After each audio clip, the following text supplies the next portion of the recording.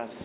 La charla que me han pedido que brinde el día de hoy versa sobre un tema de vital importancia en nuestra sociedad, un tema que, parezca mentira o no, sucede cada día y va en escalada. Es un tema y es una criminalidad muy fuerte que azota a nuestro país y que lamentablemente ha tocado el gremio de los abogados y principalmente el gremio de los notarios, donde se han tenido que ver involucrados de manera activa o de manera pasiva. Para comenzar un poquito sobre el tema, les quería venir a hablar sobre la criminalidad conocida como fraude notarial y registral, en el entendido que a través del tiempo que hemos venido luchando contra ella, hemos determinado un de los factores de primordial importancia: es crimen organizado. Aquí hay que olvidarse que es una actividad fortuita, aquí hay que olvidarse que es una actividad de descuido, que es un acto aislado. Esto lo hemos determinado y hemos logrado establecer que responde a una criminalidad debidamente organizada, distribuida las funciones entre diferentes participantes de la organización, en donde el notario puede ser o no puede ser un miembro de la organización. También hemos determinado que puede ser o no puede ser un mando alto de la organización. No son pocos los casos en el que el notario ha sido considerado un mando bajo de la organización, es explotado debido a que tiene algún tipo de padecimiento psicológico, médico o adicción a algún tipo de sustancia, ya sea psicotrópica o alcohol inclusive, y se han aprovechado de su acceso a instrumentos de seguridad para sustraer sus instrumentos de seguridad y utilizarlos de manera indebida y venderlos. Es claro, y no sé si ustedes lo saben, pero si no lo saben se los comento, una hoja de papel de seguridad en blanco se vende aproximadamente en unos 200,000 colones en los mercados negros de este tipo de criminalidad. Lo que a ustedes les cuesta cierta cantidad sacarlos de formularios estándar, la gente que se los roba o algunos colegas de nosotros, lastimosamente, lo suministra para este tipo de situaciones. ¿Y por qué? El papel de seguridad, como ustedes conocen, es prácticamente un cheque al portador. En blanco, ustedes, firmado y sellado, le pueden poner el negocio jurídico que ustedes quieran. Pueden revivir un muerto, pueden hacer una adjudicación, pueden abrir un sucesorio notarial, cancelar una hipoteca, en sí, cualquier tipo de negocio jurídico ustedes pueden realizar de esta manera. Es importante que ustedes sepan que en nuestro ordenamiento jurídico no existe un tipo penal propiamente definido como fraude registral o fraude notarial, que le hemos denominado de esta manera desde una perspectiva de investigación policial, tanto a nivel de organismo de investigación judicial como Ministerio Público.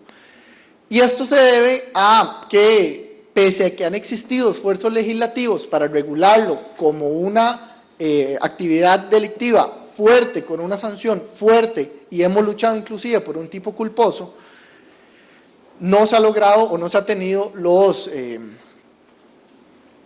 impulsos políticos para poder conseguir este tipo de tipo penal. Entonces, ¿qué tipo de delitos nos vemos o nos enfrentamos cuando encontramos un fraude registral? Vamos a encontrar delitos como falsificación de documento público auténtico, se falsifican cédulas de identidad, se falsifican documentos de identidad tales como la cédula, pasaporte, cédula de residencia, pero también se alteran y se modifican documentos auténticos, que revisen la autenticidad, como son las hojas del papel de seguridad. Ustedes han visto cómo a través del tiempo estos papeles de seguridad han ido escalando las medidas de seguridad. Primero que la filigrana, después que el código, después que el nombre arriba, que el nombre abajo, y ha ido a través del tiempo aumentando la cantidad de situaciones de seguridad, pero eso al grupo criminal no le ha importado. ¿Y por qué no le ha importado al grupo criminal? Porque el papel de seguridad es muy bonito, lo queremos mucho, se esfuerza mucho formularios estándar, pero sirve para poco, por no decir que para nada. Porque, y eso es algo que ustedes sabrán, el papel de seguridad a la hora de inscribir algo a nivel de registro solo es cotejado, número de cédula, carnet con la boleta, nada más. No se verifica si está robado, no se verifica si está extraviado, no se verifica si mide lo que establece el código que debería medir un papel de seguridad. ¿Qué significa? Que es un instrumento interesante, pero que no se le da la importancia correspondiente que se le debería dar a este instrumento tan importante. Tenemos también usos de falso documento, cuando estos documentos falsificados o alterados son utilizados. Tenemos falsedades ideológicas, en el caso cuando el notario no forma parte del grupo criminal y más bien el notario es instrumentalizado para hacer insertar en sus escrituras públicas, que de acuerdo al Código Procesal Civil son instrumentos públicos, y hace insertar datos falsos como que personas, haciéndose pasar por otras, se presentan entre ellos a otorgar negocios jurídicos que realmente están viciados, pues no solo de una nulidad, sino de una falsedad, que son dos términos diferentes que después, más adelante, vamos a observar. Y por supuesto tenemos el delito de estafa. El delito de estafa se da en diferentes modalidades dependiendo del modo de operar del fraude registral, si es notarial o registral.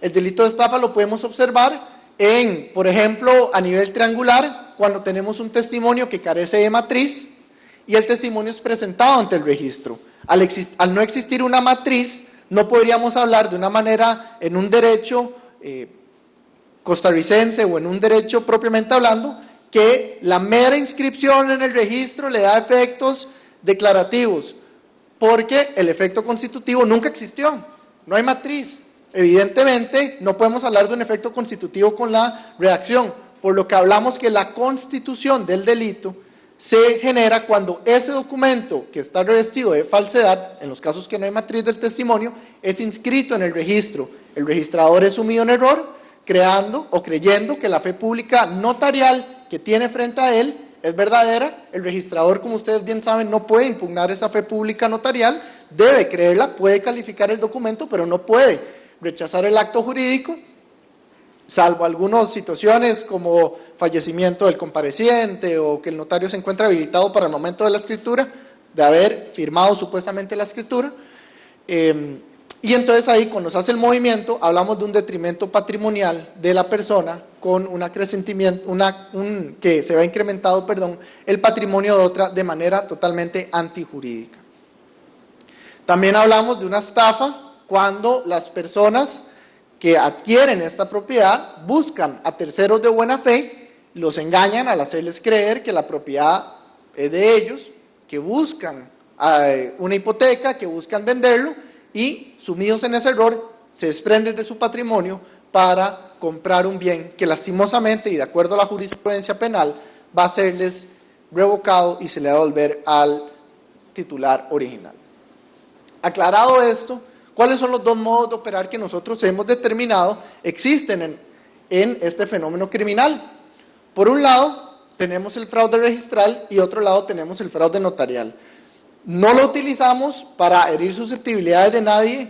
El término fraude registral a los compañeros del registro no les gusta por obvias razones, y el término fraude notarial no les gusta a los notarios por obvias razones. No lo hacemos señalando que sea alguien el culpable, sino que lo hacemos señalando cuál es la modalidad y dónde se generan los efectos dañinos en cada uno de las modalidades.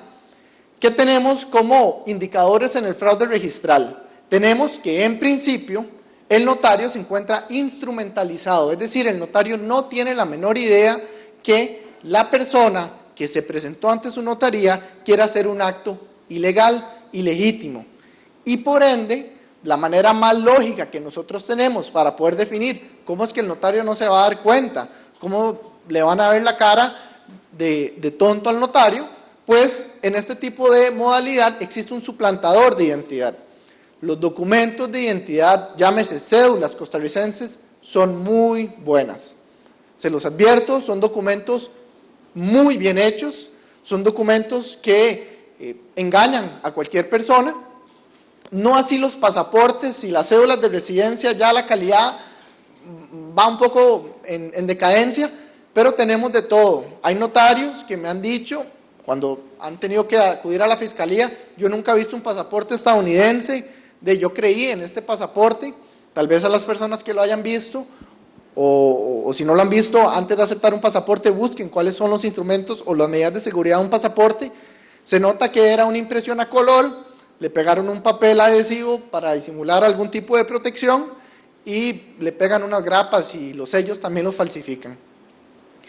Pero las cédulas de identidad son muy buenas. Les voy a dar un tip aprovechando. Si ustedes se topan con una de estas cédulas, lo que tienen que hacer para encontrarse si son falsas o no,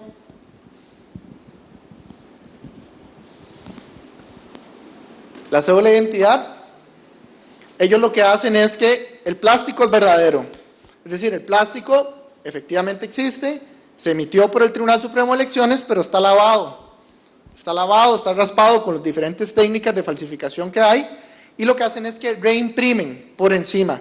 Sin embargo, esa reimpresión, al no ser original, se desprende. Ustedes van a la esquina superior derecha de la cédula y la raspan, y con eso se va a venir esa primera imagen donde está la fotografía de la persona. Tenemos también falsificaciones de falsificaciones, y les voy a ser muy honestos. Yo he tenido que pasar por el mal tiempo de tener que ir a allanamientos donde oficinas de colegas, de notarios, y el protocolo de referencias que me encuentro, cuando encuentro, son unas cédulas de identidad donde se nota que hay papeles encima del cédula, papeles encima de los números, y los notarios dicen, es que a mí me engañaron, es que me trajeron esta copia y yo no la revisé, yo confié, me dejé ir. Eso es un tema que ahorita vamos a ver adelante, sobre repercusiones que podría tener el notario ante este tipo de acciones, pero sí es importante que ustedes sepan que en este tipo de modalidad se van a encontrar suplantadores, y los suplantadores generalmente vienen acompañados el suplantador y viene la otra persona que es el que va a manejar todo. El suplantador va a saber el nombre, dónde vive, si tiene hijos, es decir, la información básica de la persona que se puede conseguir por medios de información pública. Formas de desbalancear al suplantador: empiece a preguntar un poquito más de información e inclusive sígale el juego con algún tipo de situaciones. Parece chistoso, pero vieran cómo funciona, principalmente con los estadounidenses que se hacen pasar. Sáquenle un poquito de información, es que yo vivo en Michigan, y es que en Michigan yo vivo en tal lado, y está la universidad tal. Sígales el cuento. Mira, es que yo tengo un hijo que acaba de ir allá, y acaba de ver el monumento que crearon hace poco. Si él les dice que sí, evidentemente está inventando, porque ustedes lo que le están diciendo es información falsa. Entonces son situaciones, pequeños tips que pueden tener, principalmente, como les digo, con suplantadores estadounidenses, que ustedes pueden llevar a cabo. Ya el Tribunal de Notariado ha confirmado sentencias sancionatorias del juzgado notarial, donde establece que existió algún tipo de impericia por parte del notario a la hora de identificar, no con el documento y no hablando de la sentencia del contencioso, donde obligan a diferentes organizaciones a darles a ustedes un instrumento para poder identificar con huella. Pero cuando sucede ese tipo de situaciones, yo no tuve el documento original a la vista, me pasaron una cédula, la cédula estaba alterada, no busqué bien, etc. Por otro lado, en el fraude notarial tenemos, en principio, al notario como sujeto activo del grupo criminal. Es decir, el notario se ve involucrado, ¿por qué? Porque sus instrumentos de seguridad están comprometidos. Entonces vamos a partir, podría ser que haya otra respuesta, pero vamos a partir que el notario se encuentra como sujeto activo dentro de esta organización. Es decir, es a través de este notario que se logró el despojo patrimonial inicial. Los instrumentos de seguridad, papel y boleta, alguien los tuvo o el notario los emitió y se hizo un traspaso de una propiedad, de un vehículo, se levantó una hipoteca, negocio jurídico que ustedes quieran verificar, se realizó con los instrumentos de seguridad del notario. Características básicas de este tipo de situaciones: papel de seguridad y boleta no están reportados como robados ni extraviados, generalmente dejan de presentar índices, no tienen protocolo de referencias, no tienen control de papel de seguridad, no tienen control de boleta de seguridad. Muchísimas personas tienen acceso al papel de seguridad, lo que viene a determinar un control deficiente por parte del notario de sus instrumentos notariales, que podría conllevar a responsabilidad civil, como más adelante vamos a observar. Tenemos un punto o un modo que está como en la mitad, que son los famosos poderes falsos, que aquí es donde le meten la mayor cantidad de goles a los notarios. Llegan con un poder especial a hacer un negocio jurídico, y generalmente es un poder especial de un español, de un estadounidense, de un extranjero, que quiere hacer un negocio jurídico a la notaría de otra persona. Generalmente sus poderes tienen un poquito de los dos, porque el poder, si es falso, generalmente se elabora en un papel de seguridad de un notario que ese poder al que hace referencia muy posiblemente no tenga matriz y sea falso. ¿Qué es lo que pasa? Notarios nuevos o notarios que no tienen pues la picardía de averiguar un poquito, dicen, yo confío en la fe pública que tiene el colega, ¿y yo para qué lo voy a llamar? ¿Yo para qué voy a revisar? ¿Yo para qué me voy a meter si tiene ese tomo de protocolo o no? Y esos son los notarios que el grupo criminal busca para realizar este tipo de fraudaciones. Y con esto saltamos, obviamente, al fraude registral, al fraude notarial, donde tenemos ahora un frenteador que va a ser la persona que va a recibir esa propiedad. Pero bueno, ¿cuál es la idea? ¿Cuál es el beneficio de adquirir una propiedad? ¿Para qué lo vamos a hacer? Pareciera que tener una propiedad no nos va a servir de mucho porque en algún momento se van a dar cuenta.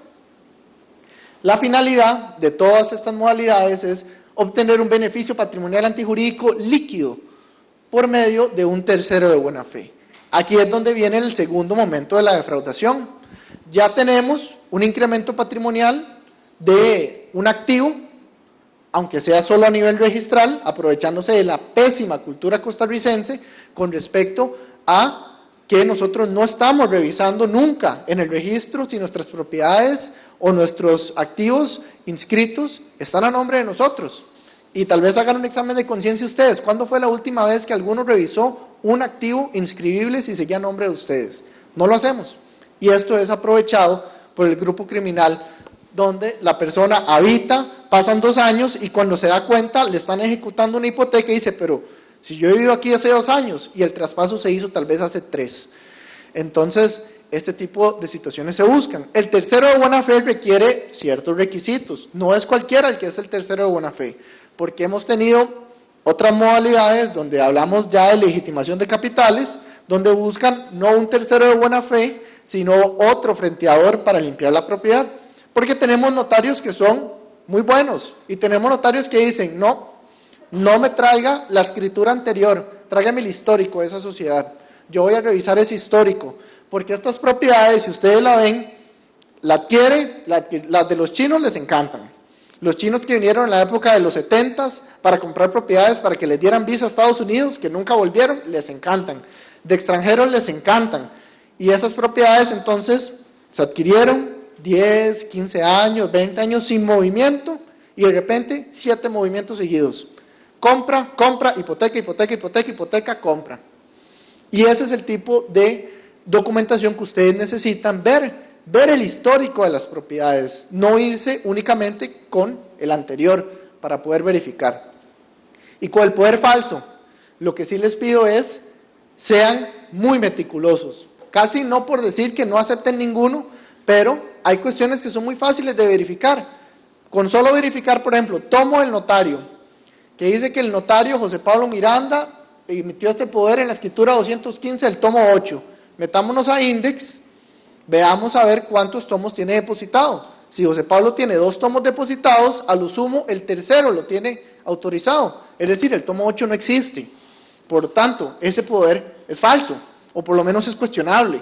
Puede ser que sea un error material, pero por lo menos ustedes ya pueden cuestionarlo de una manera sencillísima. La Dirección Nacional de Notariado, no sé si ustedes saben, habilitó la posibilidad de verificar el papel de seguridad. Es un poquito escaso, todavía nos queda debiendo un poquito de información, pero por lo menos podemos verificar si el papel está reportado como robado y extraviado. Y la forma más fácil que ustedes tienen, regla en mano. ¿Alguno de ustedes sabe cuánto tiene que medir el papel de seguridad? Ancho y alto. Bueno, les queda tarea, pero está en el código notarial y dice cuánto mide el papel de seguridad. Si el papel de seguridad no mide lo que dice, es falso. Así de sencillo. Porque lo que hacen, hay muchos métodos de falsificación. Cuando el papel de seguridad solo tiene la leyenda abajo del nombre, carnet, número de consecutivo y por el otro lado, no, aquí no tenía nada todavía, lo guillotinan y reimprimen otra vez. Entonces eliminan unos 2 o 3 centímetros, más o menos 2 dedos del papel de seguridad y lo vuelven a utilizar donde otro notario. Esos documentos generalmente se utilizan cuando el notario ya es descubierto a nivel registral, a nivel de la fiscalía, y los documentos de él ya no entran a la corriente del registro. ¿Por qué? Porque logramos cancelar las boletas. Y si las boletas se cancelan, no hay papel de seguridad humano que logre pasarle por encima de eso. Pero sí puede engañar a otro colega para que ya no sea directamente él, sino a través de otro notario que logren su cometido.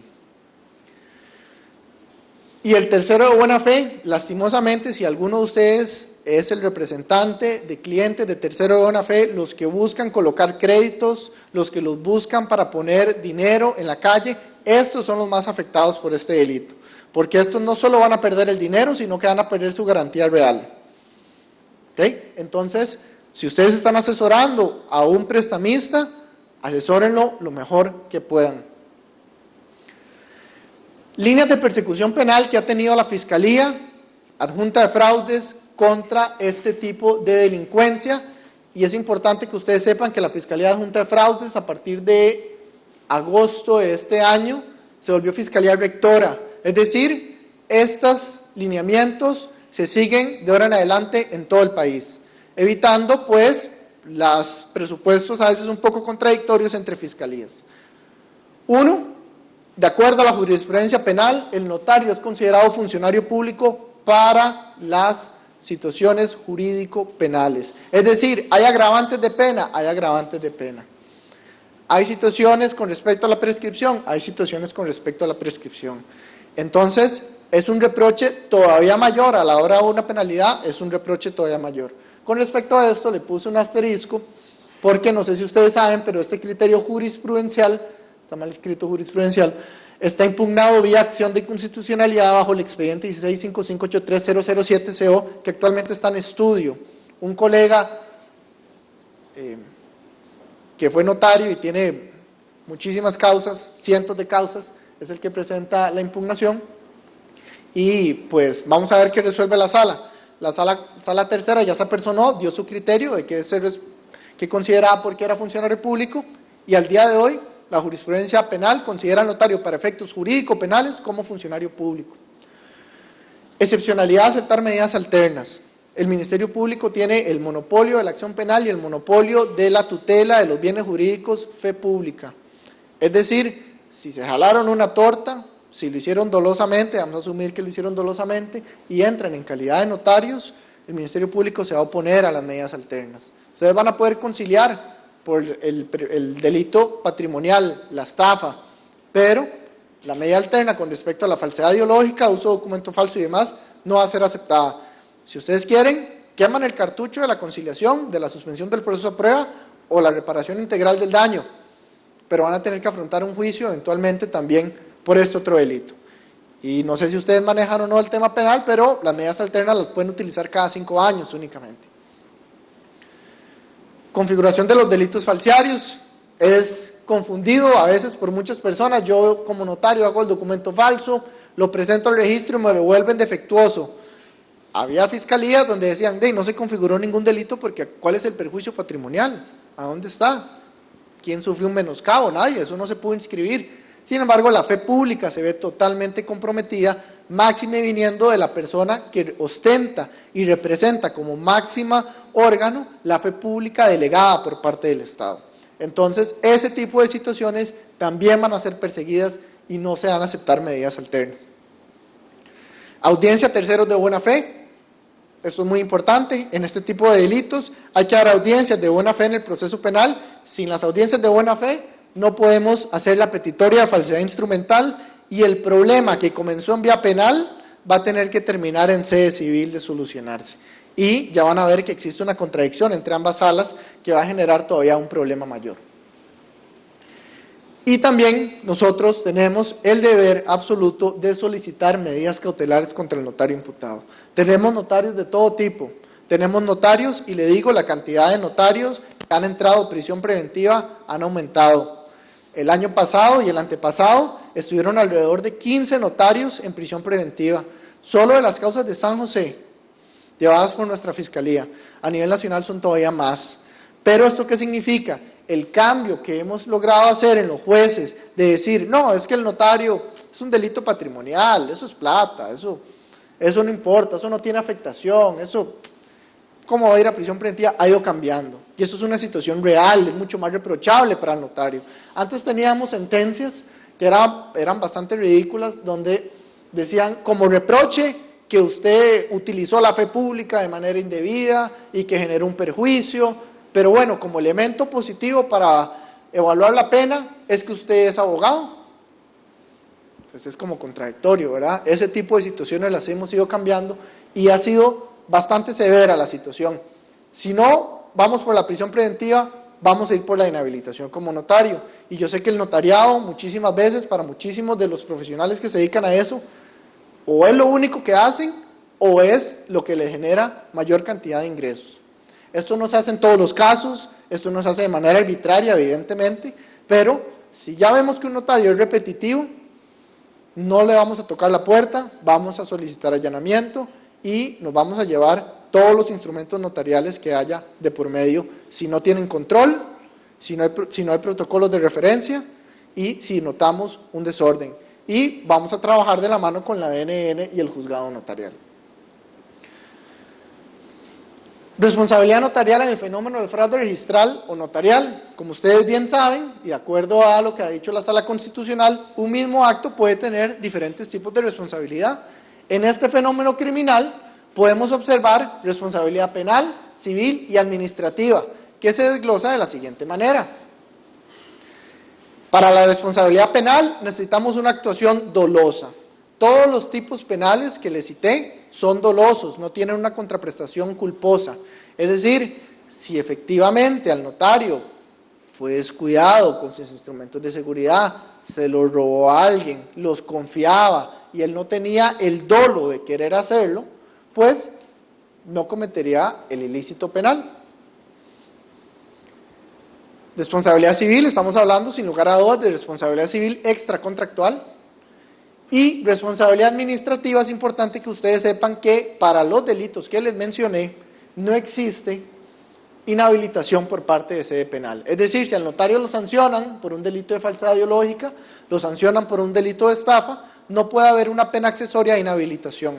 ¿Por qué? Por el principio de legalidad penal.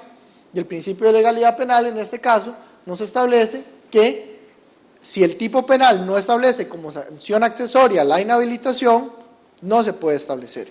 Diferencia, por ejemplo, homicidio culposo, lesiones culposas, donde si es a través de la ley de tránsito, establece una pena accesoria de inhabilitación para conducir. En estos casos no hay, pero eso no significa que una sanción penal no los pueda conllevar a una sanción administrativa.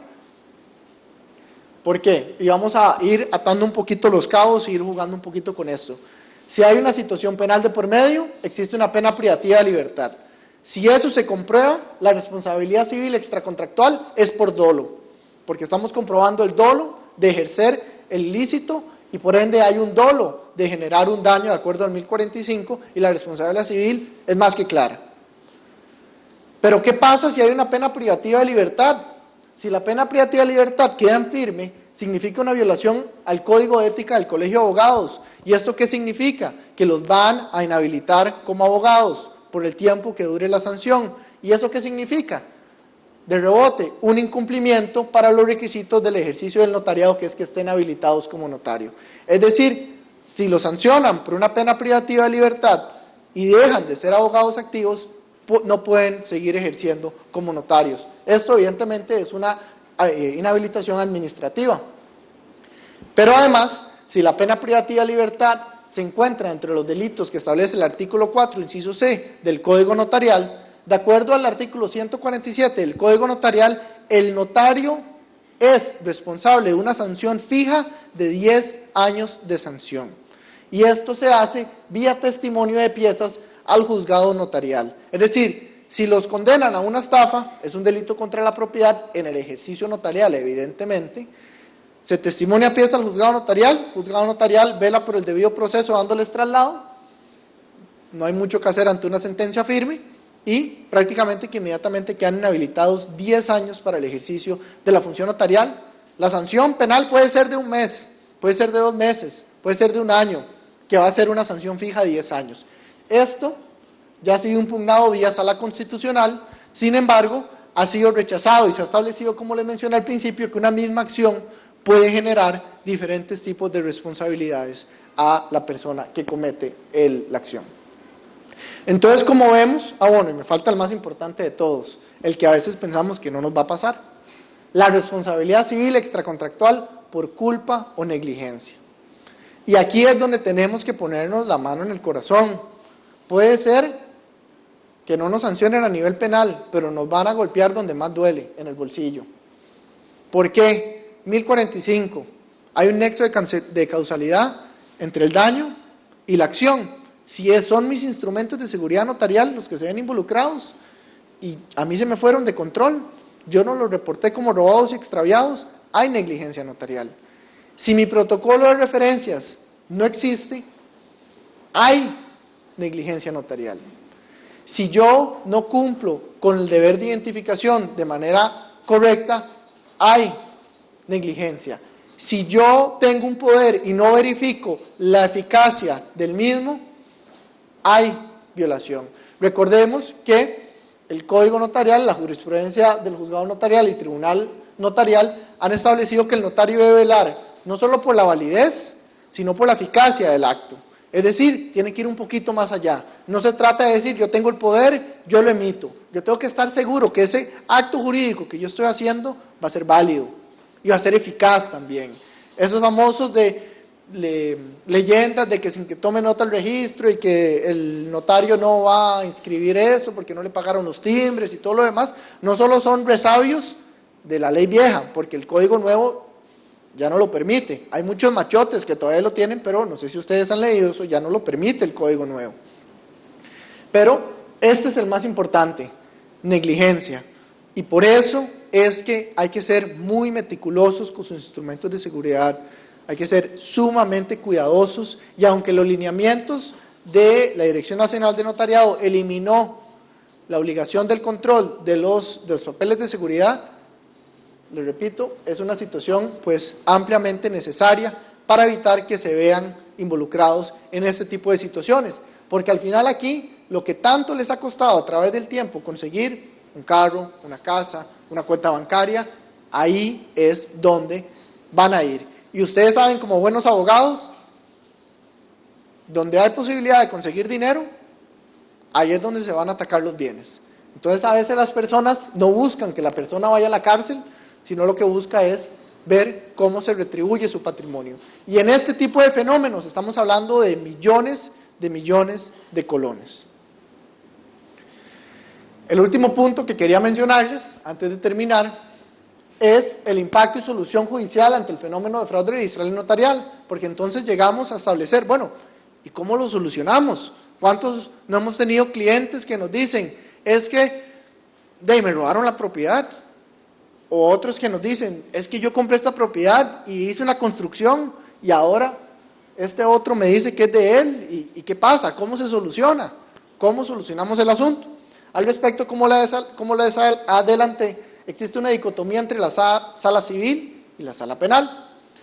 Por un lado, la sala primera establece que de acuerdo al 456 del Código Civil va a proteger al tercero de buena fe adquirente que adquiere a la luz del registro. Esta es una posición que no es compartida por la sala tercera, que fundamenta su actuar en el artículo 103.1 del Código Penal y 492 del Código Procesal Penal, que da prioridad al dueño original víctima del delito. Es decir, la sala penal va a ordenar lo que se llama una sentencia declarativa de falsedad instrumental, va a anular el documento falso que generó el primer movimiento y va a anular todos los movimientos subsiguientes, devolviendo al estado original antes de la comisión del delito la propiedad. Eso es lo que sucede en sede penal. En sede civil es diferente. Van a preguntarse, bueno, esto genera inseguridad jurídica y ¿cómo hacemos? ¿Nos vamos a uno, nos vamos a otro?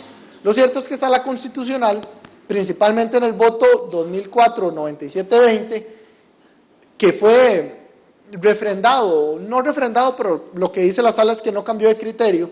En el voto 85-82 del 2013 señaló, la jurisprudencia de sala tercera es constitucional.